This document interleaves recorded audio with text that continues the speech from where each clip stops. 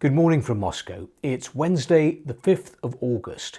Let's begin with the Russian economy. And today, Izvestia leads with bond defaults in Russia to double in 2026.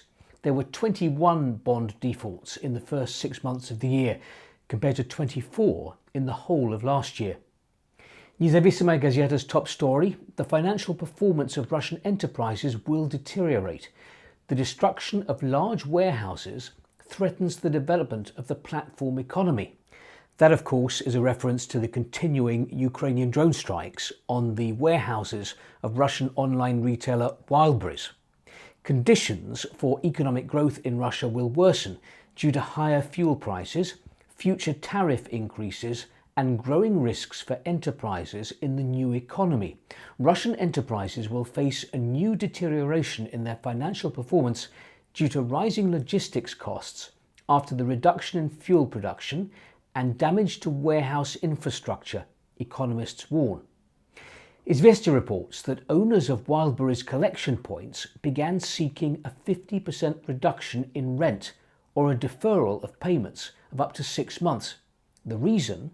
The drop in their income against the backdrop of the drone attacks. In July, the revenue of many of these pickup points fell by 15 to 20%. Increasingly, collection points are being put up for sale. In Arguments and Facts today, confirmation from a political pundit that the spirit of Anchorage is over, in reference to the Trump-Putin Alaska summit nearly a year ago. Instead, now we are witnessing a sharp escalation, both by Ukraine, which is trying to escalate the conflict through long-range strikes deep inside Russia, and by Russia, which has also significantly intensified its military efforts. Now, one thing you see a lot in the Russian papers are attempts to demonize the West, to make it a scapegoat, to try to portray the West as Russia's arch enemy. Hence, headlines like these: "The West is dreaming of Russia's collapse."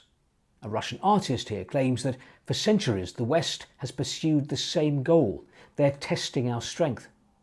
A writer claims that instead of building normal relations between Christian countries, the European Union and the US are uniting against Russia, a Christian country, and so on.